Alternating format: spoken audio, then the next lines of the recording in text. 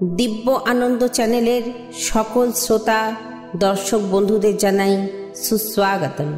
মকর রাশির জাতক জাতিকাদের 15ই মার্চ থেকে 14ই এপ্রিল কেমন যাবে?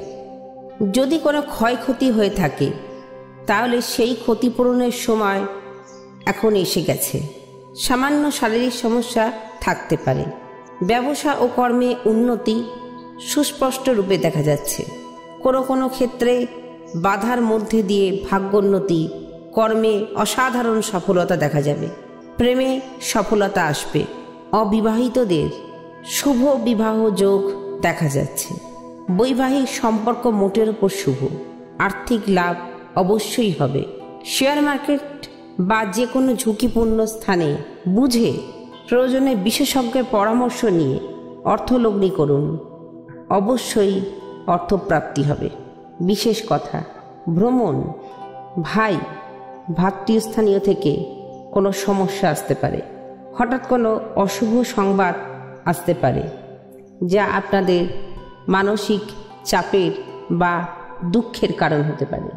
বিদ্যার্থীদের বিশেষ মনোযোগ দিয়ে লেখাপড়া খুবই দরকার।